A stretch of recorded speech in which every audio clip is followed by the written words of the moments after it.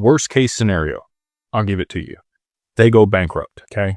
Have a really strong balance sheet. They have like $700 million on their balance sheet right now. I do think that Anchorage is probably going to go public in the not too distant future. Just, hearsay around. I could be off with that. We'll have to find out.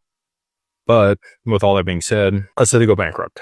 Okay. They are not relief estate like BNY Mellon. They are bankruptcy remote though. So the assets are segregated from their exchange business. Those assets are always yours. They will have to go through the bankruptcy process, but your assets sit there in kind and you will get access to them post bankruptcy. I don't know if there's anybody else besides BNY Mellon, but that sounds like a good thing. Another trust bank steps in immediately, takes over.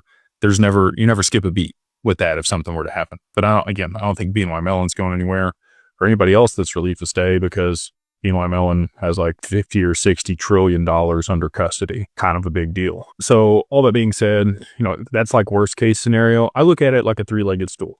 Okay. There's us at DWP, and there's Anchorage. Anchorage provides the infrastructure and the custody solution. We provide advisory on the other side of the multi-sig. And then, you own the assets and you're the other side on the account. Any one of those legs can kind of get kicked out and it's still standing. So, Anchorage goes bankrupt. Cool. We go through the bankruptcy process. Your assets are still there. We're still your advisor. No problems.